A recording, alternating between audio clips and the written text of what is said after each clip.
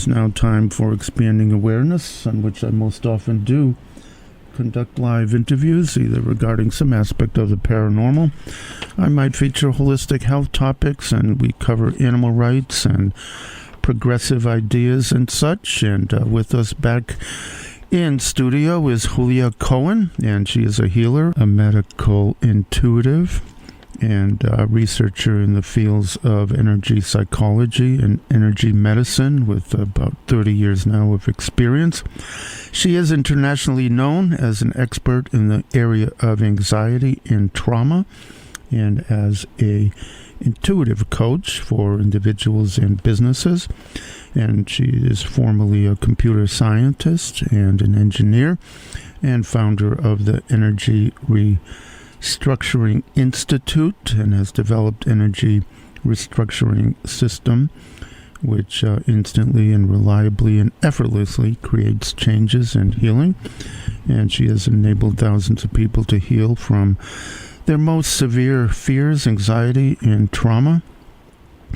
And she has written for various journals on science, spirituality, and transformation, quantum health, and Choice Point, among others. We will be discussing, once again, touching on suicide prevention and a focus on veterans' perspective and how families may deal with the issue of persons who have taken that path and have been left behind. Good morning to you once again. Good morning, Victor. It's good to come back and to continue. We know that suicide feels always as a timely topic for those who have been touched by it, and in some way we all been touched by suicide, because it could be a long-distance grief for somebody we don't know personally. There are several celebrities that took their life recently, and there were a lot of people grieving that loss, even though they didn't have a personal connection, but they still had a lot of love for them. Kate Spade, Anthony Bourdain. And sometimes it happens very close to home, more often than we think. If it's not in your own family, it's somebody you know, you love, or somebody who your friends know and love, who have attempted or taken their own life. And I want to actually, if you don't, does it look like you want to say something? Because I wanted to give an update on our past interview. No, go right ahead, sure. So, sometimes what happens when you work off a large energy, which is this whole topic of suicide, because so much in the public eye right now, the forces of synchronicities are sort of wrapping around you and around people who come into that focus. And so I want to talk about two things that happened since our last interview last Saturday, where we talked about the darker aspects, darker realms of suicide that are real, and we were bringing the movie of When the Dreams Will Come by Robin Williams that shows the best that it can that realm where people end up and how it pulls you in, and how you can be very careful coming in it, because it might pull you in as well with it. One of the people who was listening to the show called me, and she said, "It is so amazing that you've discussed this topic of the heaviness, the darkness of that realm," because she said the very next day after I listened to the show, my best friend called me, and she said that her brother took his life. And right away, I felt that darkness and heaviness. It was pressing on me. It was present. I couldn't shake it off. And she said, you hear it, you think that you understand the concept when you hear it, but until you feel it, she just wanted to call and tell me how real it was. Right. Yeah. So that was very interesting. So how do you begin to, I don't know, it seems like an odd thing to say, to feel more perhaps more right about it. I know I'm not articulating this better, but is there a way to even like be okay that a person has taken their lives? Well, for me personally, and I will talk more about it in terms of just mental health for both veterans and their families, taking an action, when you can take an action, there's always a sense of you feeling better. So my way of taking an action, and I spoke last time about my personal experience of, with my father that happened in my family, is knowing what to do for that person, and also knowing what to do to prevent it is very empowering, because I think the worst place in life to be is that sense of helplessness and hopelessness, when we really don't know what to do when somebody took their life. And when somebody is in a bad place, a lot of times we don't know what to say, so we withdraw ourselves, not because we don't care, but because we literally don't know what to say. So giving people the picture that I try to do the best that I can of what I have, the places I went and what I learned in assisting suicidal people, which I've had to do most of my practice. And because my background of researcher, of course, I'm trying to put a system together. Okay, this means that, and this is the step, and here you need to do that, and it kind of all matches, and it's a general pattern, right? And so that kind of the purpose of our talk, and maybe that's why we're scheduling the second time, because I think if people are educated and if they say, okay, I know what it is and I know what to do. So for this woman who even listened to our first conversation, she's like, I know this energy, which is real. It's not like what happened to me. I know this energy. I recognize it. I didn't know it was so heavy, so dark, so real. So now she can call her friend and she can say, hey, listen to that interview or that talk that I just, they just happened yesterday. You're probably feeling that too. There's something you can do to connect to your brother, to help him from the place that he is. Do you see what I'm saying? It was very rewarding for me to know, wow, this happened really quickly. And the other update that I wanted to give is, if you remember, when I was describing that dark realm that pulls you in, I gave an example of one of my clients with something that happened maybe a year ago, where he came and he said, there's like a part in my brain, there's some kind of thought or a place that shows up and just pulls me somewhere in that thought, a place of suicide, and I don't want to go there, and I'm very confused about what it is. So we had our radio show on Saturday. On Monday, that person had a session, and I hadn't seen him for a while. So that Monday, he scheduled the session. He comes in, and I see him and said, oh, without mentioning your name, by the way, your story was mentioned during this radio show. And he said, that is very interesting. On the way to the session, I was thinking about that story. And I said, really? What made you think about it? It was a while ago. Well, he said, that was a huge thing in my life. I said, I didn't know it was that huge. Why was it so huge? He said, I had that for 15 years. Mm-hmm. When I was talking, I can't remember all details of sessions. He said it was for 15 years. And I said, by the way, actually, who was the person who took his life? Some kind of distant relative? He said, no, it's my cousin. So it's somebody who was really close to me. And he said for 15 years, he suffered from that, and he went to everyone. He went to therapists, he went to psychologists, he went to psychiatrists, he tried to take medication. Anything that he could think of, nobody knew what he was talking about. And he said, here I came to you after 15 years. I mentioned it to you. You know exactly what it is.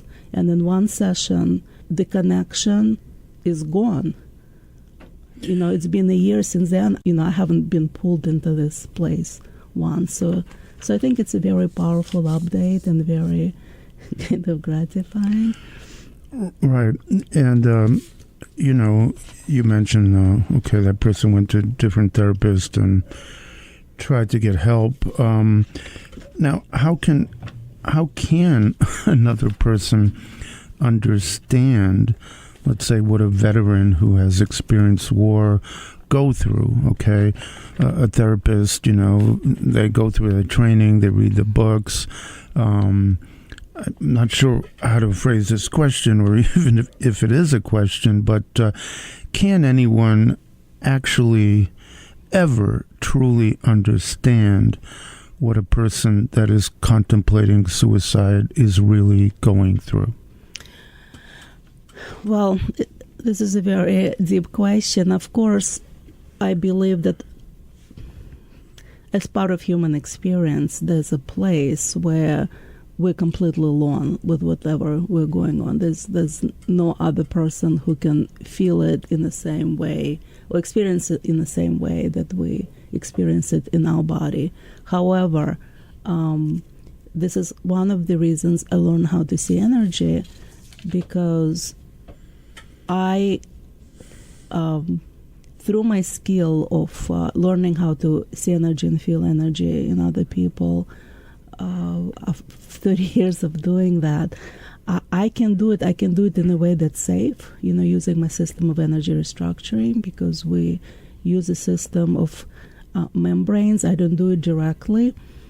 It creates, it described in the book, I don't want to go into it, but it's sort of like a new way of doing it through quantum resonance that gives you information without you being too pulled in or taking that information inside of you to feel it, which how a lot of people feel it. So for them it would be unsafe to work with those issues unless they understand that that particular system, because you are connected and you're not in it at the same time, So you kind of, in order to really go in places like that, you need to know how to separate, how to keep yourself separate during that.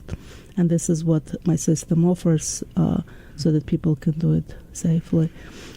So it's through that, and I think I was reading a poem during our last show, that I developed this ability to actually connect to the person and feel and see world through their eyes. So this is probably the second best to a person feeling it themselves, and sometimes because there's a certain numbness or there is certain level of not being in the body, I can actually feel it, sense more that they can in the moment.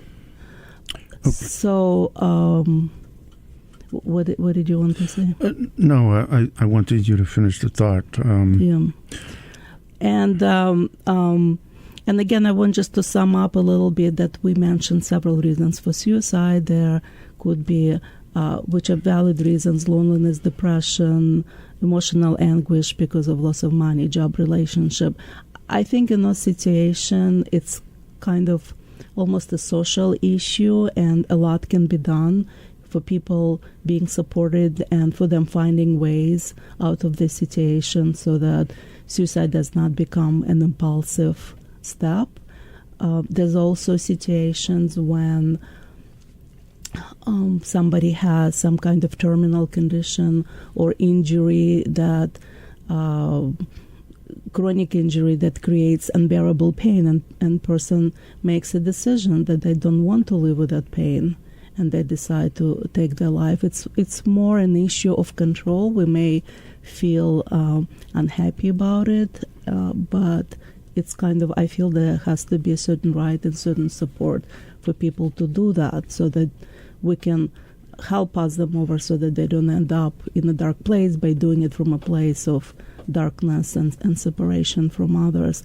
But what I want to focus more, my interest is when it is not a chronic pain and chronic injury, when it is not a situation that can simply be handled, but people are literally in the body in a way that they cannot live in the body, but it can be remedied.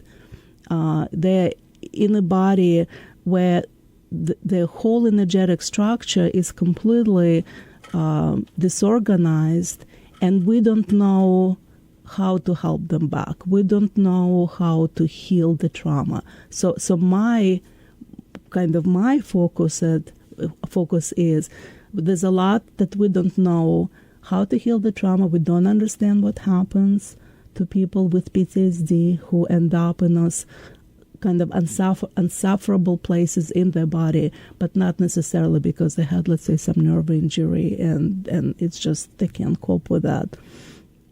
So I want to shed light on this, bring that understanding as much as I can of what can be done and how it can be understood based on my experience, because pretty much everything that I do and I teach is not necessarily widely known, but something I had to figure out. And I've always been a good problem solver, and also when I was a computer scientist and engineer. What is going on? Why the system is not working? What are the structures that underlie that are not in order, and how we can basically fix it and put it all back together. So that is my focus. So I'm going to talk about several aspects of that with a focus on veterans, but it actually applies to probably, the other people who have PTSD for different reasons. You don't necessarily have to be in the war to have it, but the structures are very similar, so you can basically take it from here and apply it to people who have post-traumatic stress from different situations. When Obama was in office, he signed into law an anti-suicidal bill for war veterans. And the reason he did it at that point, the statistics was that every 60 minutes a veteran committed suicide.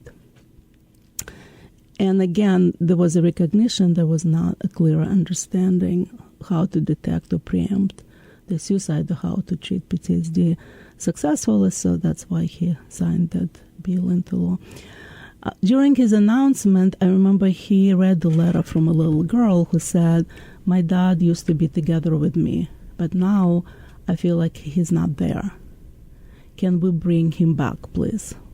Mm-hmm. And then also another college student wrote to the president, and she talked about her father, who was a retired Marine, gripped with PTSD, and she wrote, "I knew that my dad was still in there somewhere. Help my father to find his way back." So there is this recurrent theme of kids, and children are very sensitive because they may not know intellectually what things are, but they energetically they feel exactly what is there. So if someone is not present, and not present means, we discussed it, people can listen to our previous show. What I was saying, that part of PTSD, a major part of PTSD, are different forms of dissociation, because the body can't cope with what happened, and dissociation is actually a protective mechanism. It's just like, let's say in a nuclear plant, something stops working and the whole system shuts down because there's too much pressure, because something has overheated, right? And if it shuts down, at least something can be done rather than the whole thing just simply explodes. So that's a very good comparison. So in any mechanical system, if you're an engineer, you understand that principles, that everybody has its limit. And then there's a moment where the system is overloaded. And so PTSD to me is the consequences of system overload because of different events. And so there are two ways of not being present. One is because of the shock itself or something that happens, part of us literally gets pushed out. It's kind of, we just go up, and then our body lags behind and we don't know how to come back in. And it would be the same thing in mechanical system. The plant shuts down until the engineer comes in, figures out what's wrong, addresses that, and then restart the system. So as a healer, I see that role for me, where a person comes, I figure out what happened that shut this person's system down, how we can correct it, and then when we correct it, that energy lowers back in the body and the body returns to its proper functioning. So from the structural point of view, it's a very straightforward thing. And the other thing that happens is that what these girls described in the letter in terms of, we want my father come back home, it's also the fact that in a war, when there is an explosion, when there's, you are on some mission and it goes wrong and friends of you are dying, the parts of you that are actually stuck back in that trauma state. And I think there's more understanding of that now in the mental health profession. They're less understanding the people of how dissociation exactly works. Yeah, you talk about like flashbacks, like a person sees that, interprets that it's still going on, or they repeat the war. Yeah, war because scene. the parts of them are still there. Right. It's they're literally parts of them are still there, and they never disconnected. Mm-hmm. Okay? And when we start to understand that a lot of things that people report are actually real and not a metaphor, Mm-hmm. and not some kind of concept in the brain, there's just so much super focus on the brain, which is just takes such a little part of your body, as opposed to we were talking about the fact that you have a body and then you have the energy field, your energy body around, and that body is twice the size of your physical body. That's that drawing on the Leonardo da Vinci's Vitruvius Man, where a man stands with his outstretched arm, and Dan Brown wrote a book, Da Vinci Code, where that picture is central, and I think he wrote it for my behalf because I had a hard time explaining why this is so important, and now I could, in my book, refer to Dan Brown and say, he says that Da Vinci was head of the esoteric group and they knew this information and they knew it was important. So people being stuck in trauma is real, and I want to find, I wrote down somewhere. Okay, I want to open up the phone lines here at 617-552-4686. 617-552-4686.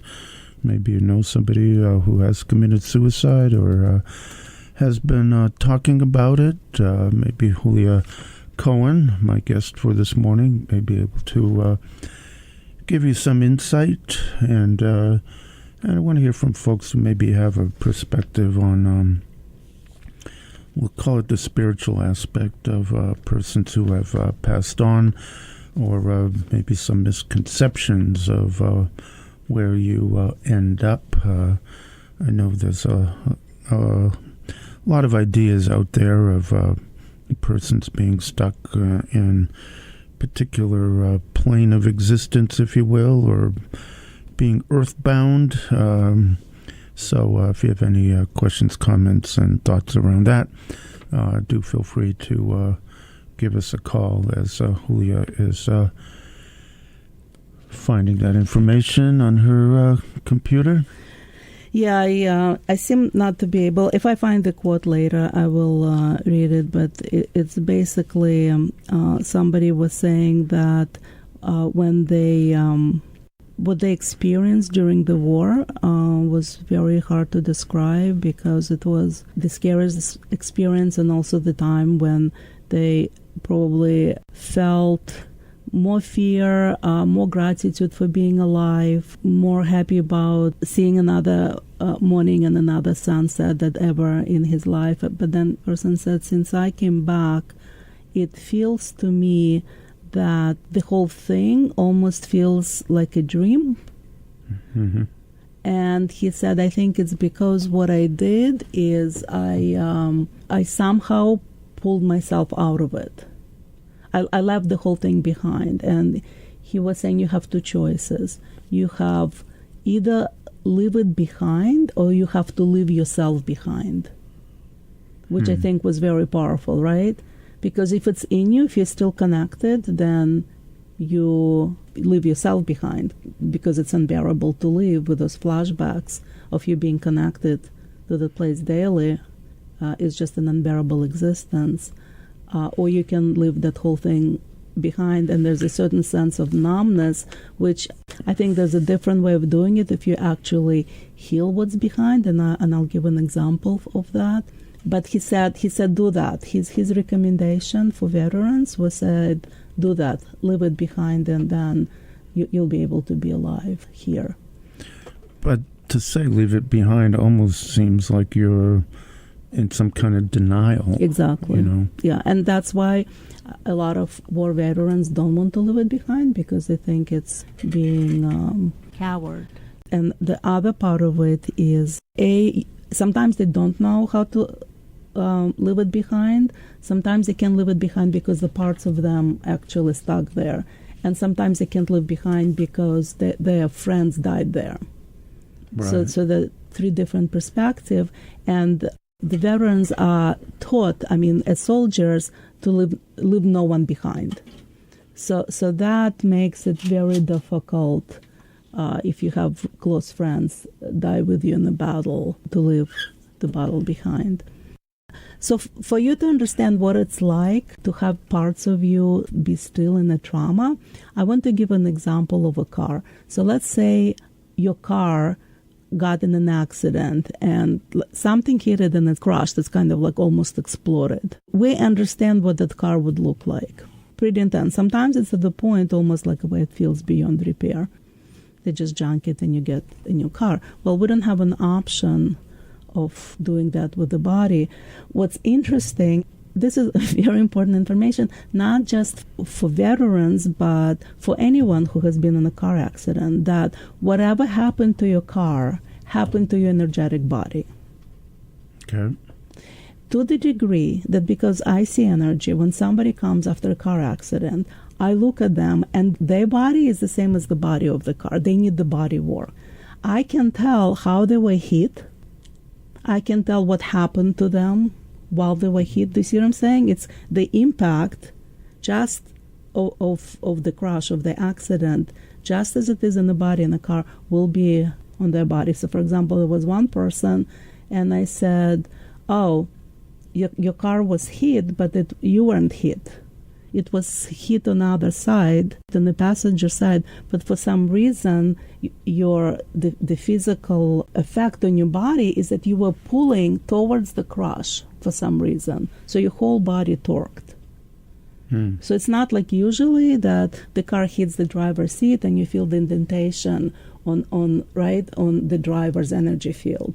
I said it didn't hit you, it hit on the other side, but for some reason you were reaching, like it was very important for you. And she said, yes, my mother was sitting there. So instinctively she reached forward to protect her, so her whole body torqued to pull your mother to save you from the impact. So it's that real. So imagine what happens if somebody in a mission and there's like bombs exploded, like right there. What is happening to the energetically to the war veterans? They're just parts of him all over the place. And so one of the things that we need to do, we need to go and we need to get those parts. Now, what's important to understand, you don't need to go back to remember it, because remembering is not important. It happened. Your energy field remembers already.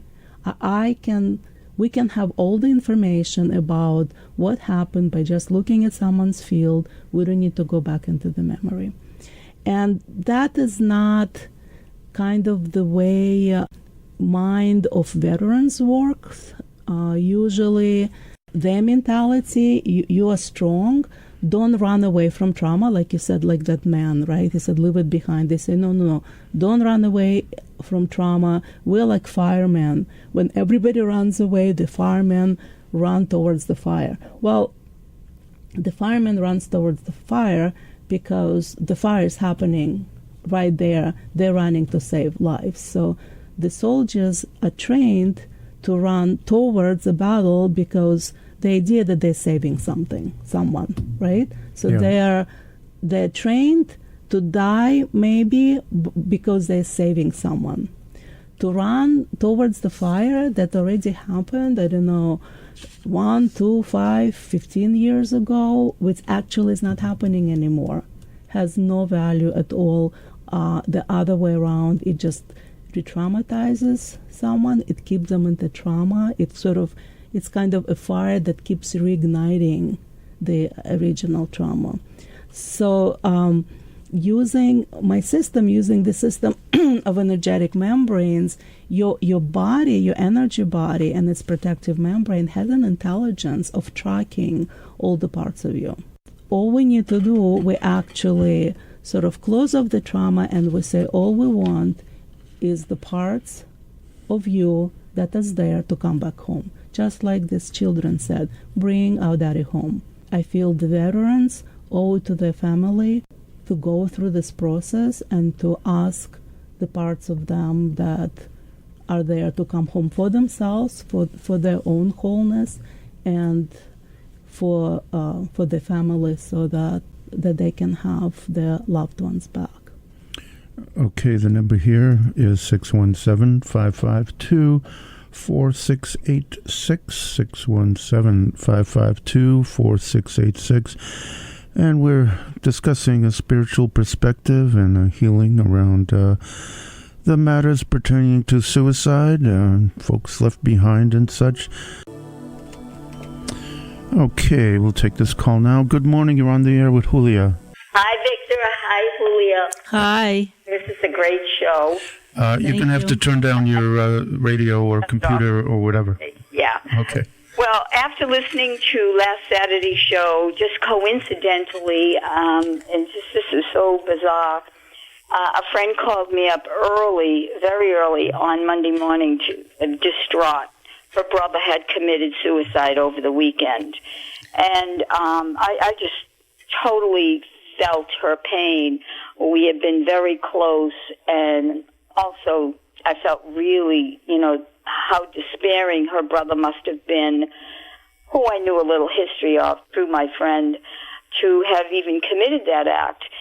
And after staying on the phone with my friend for quite a while, I found that for the next few days especially, I just had such a hard time. I couldn't shake this heavy, weighty, oppressive feeling that I had, and I would go to bed with it, and I would wake up with it, and I just said, what's going on with me? I know it has to do with my friend's brother's suicide, and I looked up Julia's website and called her, and we had a conversation about it, which helped me to understand and also to validate where I was at.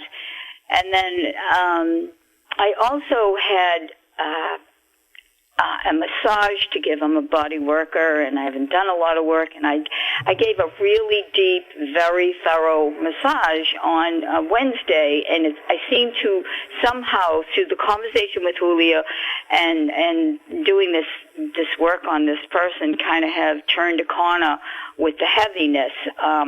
But I also want to comment that in speaking with my friend several days later, she told me that the policeman that went into the apartment and found her brother told her that it was the 6th suicide of the week. Wow. And that was not an uncommon experience, and that he just said there's just so much of this going on.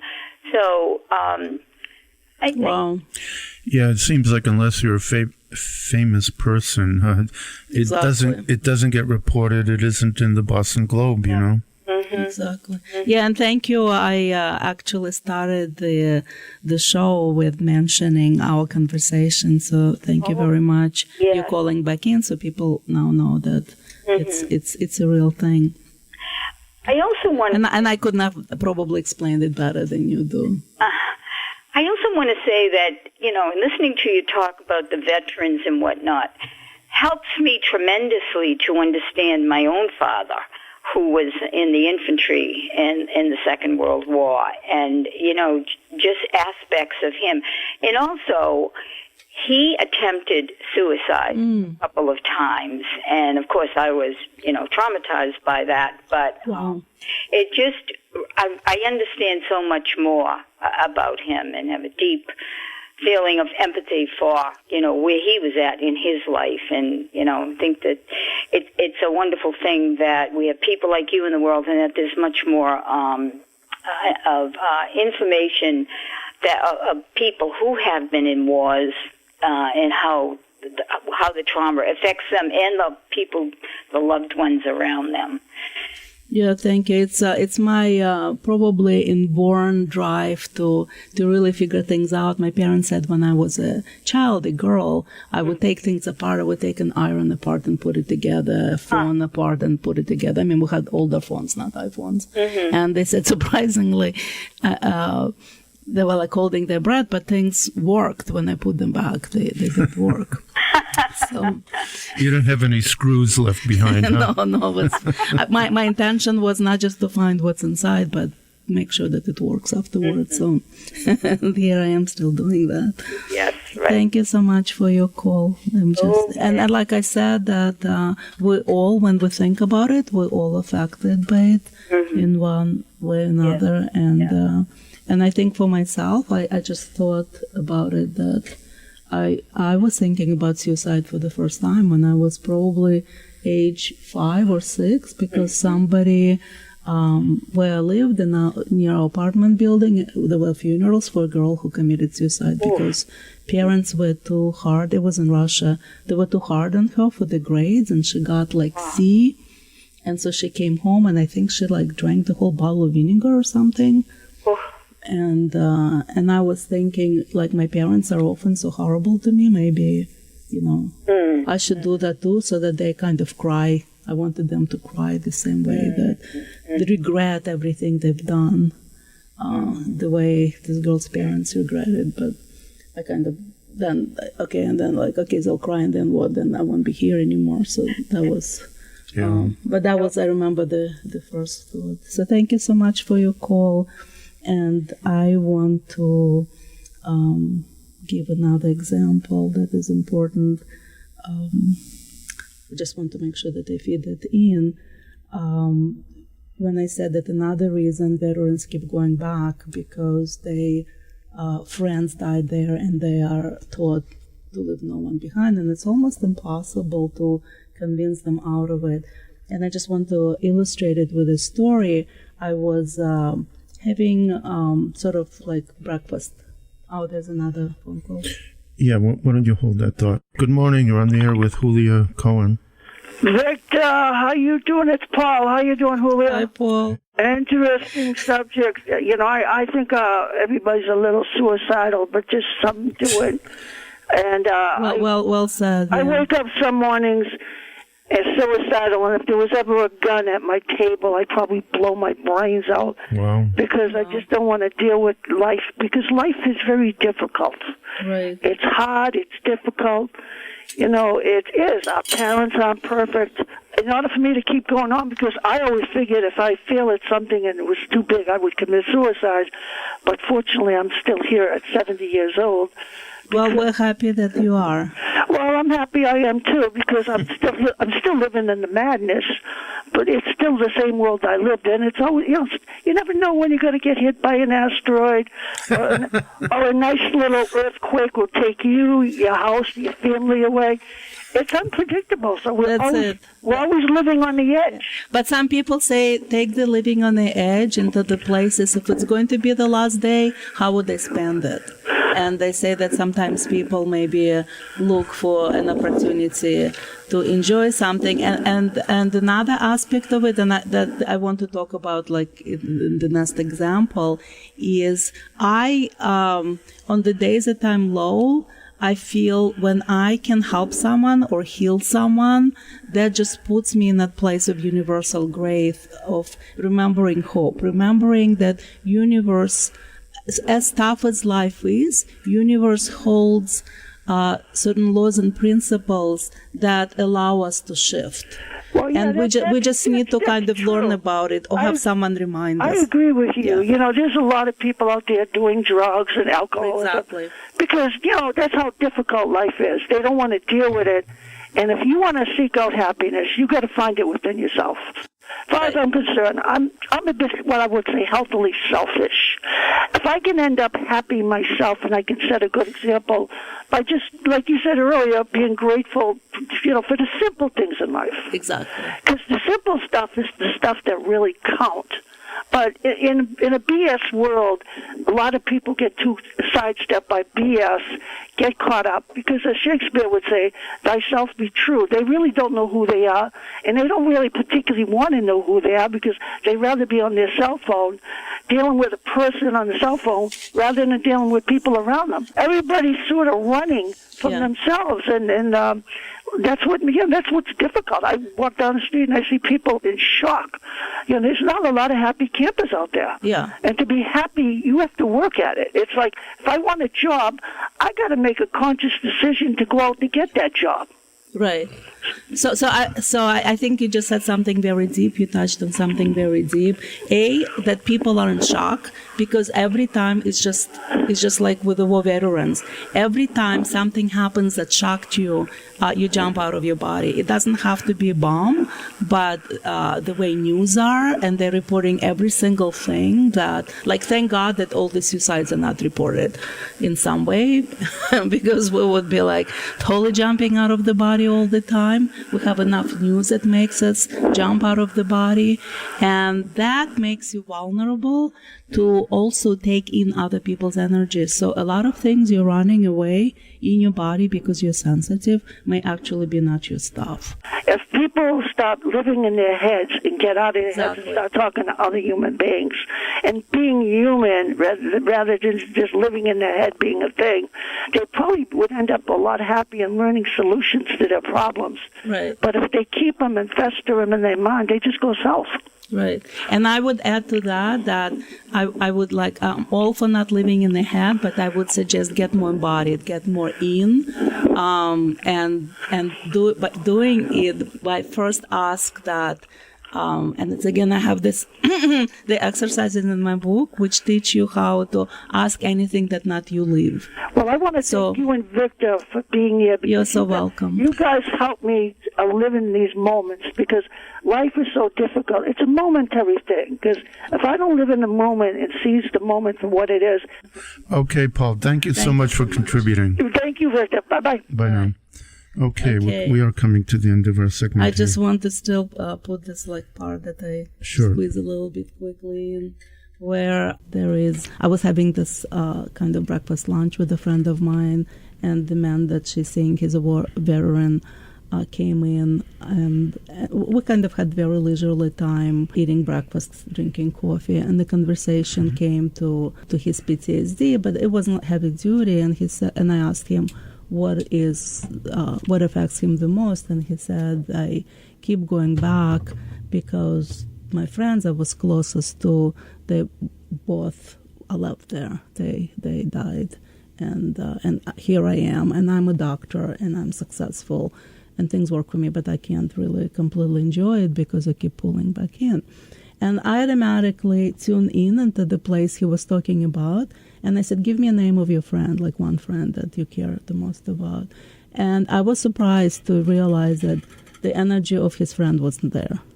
And I said, you keep thinking that he's there? He said, yeah, he was like left there that way. It happened that way. He's died. So I quickly showed him this technique of figuring out whether the friend was here or somewhere else where he kind of crossed over. And he unexpectedly for himself realized that his friend was not there anymore, that his friend actually moved on, but he was still in the past, in the trauma, grieving the friend that already passed over. And then the message from his friend when we connected was, I know you love me, please stop going back there. We have a very close connection with each other. We will meet again. We'll be again in some other lifetime, maybe on another mission.